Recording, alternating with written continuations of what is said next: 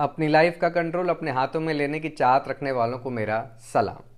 किस तरह से पता लगाया जाए कि हमारा हार्ट स्ट्रांग है या फिर अभी भी गुंजाइश है उसको और स्ट्रांग करने की, और किस तरह से हम अपने हार्ट को स्ट्रांग बना सकते हैं, जानेंगे आज के इस एपिसोड में डिटेल में। अगर आप मेरे चैनल पे नए हैं तो सब्सक्राइब करना मत भूलिएगा, क्योंकि ये जो इन्फॉर्मेशन है वो आपके हेल्थ के लिए बहुत इंपॉर्टेंट है। आइए स्टार्ट करते हैं आज का एपिसोड। Welcome back. आज के इस एपिसोड में हम अपने हार्ट को स्ट्रांग कैसे रखें उसके बारे में समझेंगे, और कैसे पता लगाएं कि हमारा हार्ट स्ट्रांग हो रहा है उसके बारे में भी समझेंगे। सबसे पहले ये समझते हैं कि हार्ट का काम क्या है। हार्ट का काम है ब्लड को पंप करना। ब्लड को पंप करना पूरी बॉडी में, ताकि बॉडी को ब्लड के थ्रू न्यूट्रिशन मिल पाए, ऑक्सीजन मिल पाए, ताकि बॉडी का सारा काम चलता रहे। सो हार्ट एक सबसे इंपॉर्टेंट ऑर्गन है हमारे बॉडी में। और किस तरह से हमें पता लगेगा कि हमारा हार्ट स्ट्रांग है? तो आपसे एक क्वेश्चन है, अगर मुझे एक गाड़ी खरीदनी हो तो उस गाड़ी को खरीदने में सबसे इंपॉर्टेंट चीज़ क्या देखूंगा? मैं इंपॉर्टेंट चीज़ देखूंगा कि उसका माइलेज कितना है, यानी कि वो कितने काम में कितना आउटपुट दे रहा है।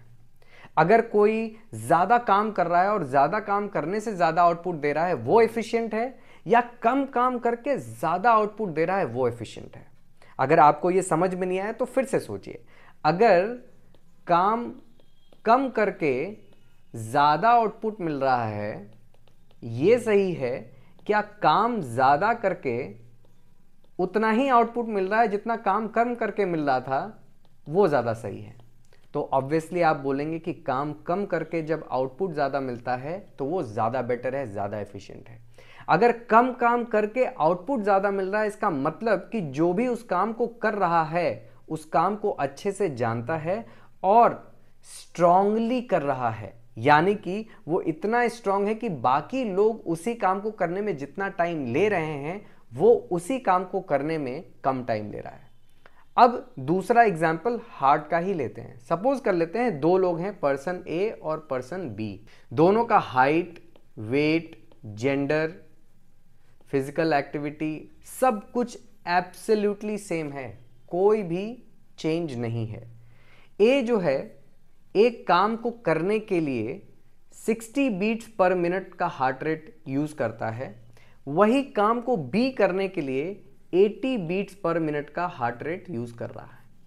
तो आप किसके हार्ट को स्ट्रांग बताएंगे? बी के हार्ट को, क्योंकि वही काम करने में 80 बार धड़क रहा है, या ए के हार्ट को जो वही काम करने में सिर्फ 60 बार धड़क रहा है?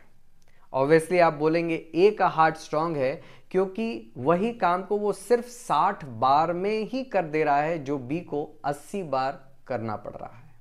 इसका मतलब कि अगर आपका हार्ट स्ट्रांग है उसका एक मार्कर ये है कि उसका जो रेस्टिंग हार्ट रेट है वो कम होगा। अब ये रेस्टिंग हार्ट रेट क्या है? रेस्टिंग हार्ट रेट वो है जो सुबह उठते के साथ आप अपना पल्स लेते हो, लेकिन इसके कुछ कंडीशन है जिसको समझना जरूरी है। सबसे पहला कंडीशन ये है कि आपने कोई ऐसा बुरा सपना ना देखा हो जिसकी वजह से आपकी नींद खुल गई हो, क्योंकि अगर ऐसा होगा तो आपका हार्ट रेट बढ़ा हुआ होगा। दूसरा, आप अलार्म से ना उठे हो, क्योंकि अगर ऐसा भी होगा तो आपका हार्ट रेट बढ़ा होगा। तीसरा, किसी ने आपको झटके से ना उठाया हो, क्योंकि इसमें भी आपको हार्ट रेट बढ़ा हुआ ही मिलेगा। और चौथा, कि आप बहुत ही अच्छी गहरी नींद लेके अपने आप उठे हो, यानी कि गुड क्वालिटी स्लीप। और ये आपको अपने आप पता चल जाएगी कि आज आपकी क्वालिटी स्लीप कैसी रही है। इसके बाद जो हार्ट रेट आएगा वो हार्ट रेट आपका रेस्टिंग हार्ट रेट होगा।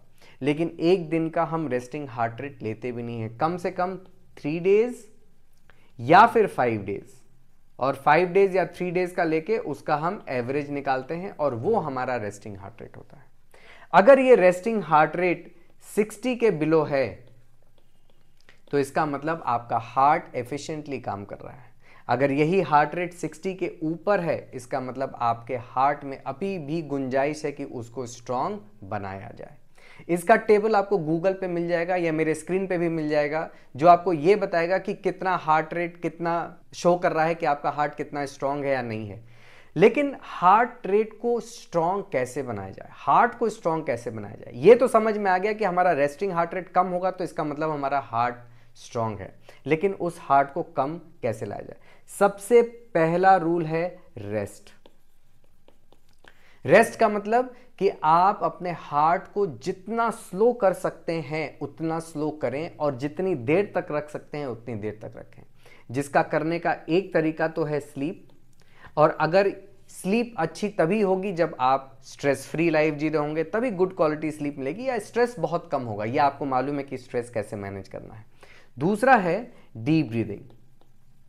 और डीप ब्रीदिंग एक बार नहीं, दिन में कई बार और कितनी देर आप कर सकते हैं उतना आपका हार्ट रेस्ट में जाएगा, और जितना हार्ट रेस्ट पे जाएगा उतना ही आपका हार्ट स्ट्रांग होगा। और हार्ट का दूसरा रूल है कि उसको चैलेंज किया जाए, और ये जो चैलेंज है ये स्ट्रेसफुल नहीं होना चाहिए, यानी कि आपका जो हार्ट बढ़ रहा है वो स्ट्रेस की वजह से नहीं बढ़ना चाहिए। आपका जो हार्ट चैलेंज होना चाहिए वो मैकेनिकल स्ट्रेस की वजह से होना चाहिए। मैकेनिकल स्ट्रेस का मतलब क्या है? एक्सरसाइज करके।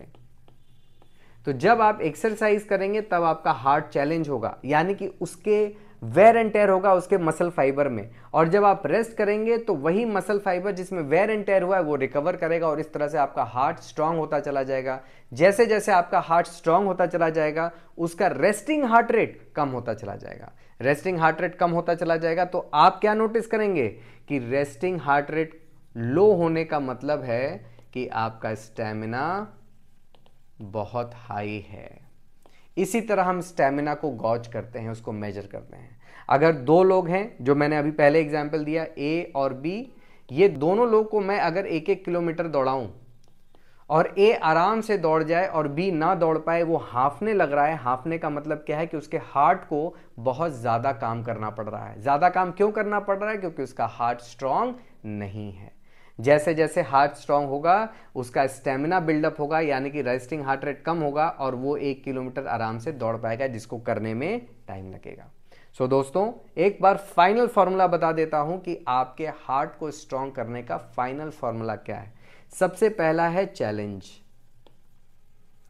यानी कि आप एक्सरसाइज करेंगे, वो एक्सरसाइज जो आपके हार्ट को चैलेंज करे, एरोबिक जोन, एनारोबिक जोन, जहां तक आप जाना चाहें। दूसरा न्यूट्रिशन, क्योंकि हार्ट भी एक मसल है तो उस मसल को रिकवर करने के लिए हमें अच्छा अमाउंट ऑफ प्रोटीन चाहिए, गुड अमाउंट ऑफ फैट चाहिए, और फैट आपके खाने से आना चाहिए। तीसरा रेस्ट, और रेस्ट का जो प्राइम सोर्स होना चाहिए वो गुड क्वालिटी स्लीप होना चाहिए, और सेकेंडरी सोर्सेज हैं जो डीप ब्रीदिंग हम दिन भर में करेंगे, जिसकी वजह से हमारा हार्ट रेट नॉर्मल होगा और हमारे हार्ट को ये पता चलेगा कि हमारा हार्ट का ये वाला लेवल भी नॉर्मल है, यानी कम हार्ट रेट भी हमारे लिए नॉर्मल है। सो दोस्तों, इस तरह से आप अपने हार्ट को मजबूत रख सकते हैं, इस तरह से आप पता लगा सकते हैं कि आपका हार्ट स्ट्रांग है या नहीं है। अगर कोई क्वेश्चन इस चीज़ से रिलेटेड हो तो मुझे कमेंट में पूछ के बताइएगा, या फिर कोई टॉपिक हो जो आप चाहते हैं कि मैं बनाऊं वीडियोस पे, तो वो भी आप मुझे कमेंट में बनाइएगा। अगर अभी तक आपने मेरे चैनल पे सब्सक्राइब नहीं किया है तो ज़रूर कर लीजिए। मिलते हैं अगले एपिसोड में एक नए टॉपिक के साथ। This is Kapil Kanodia, signing off.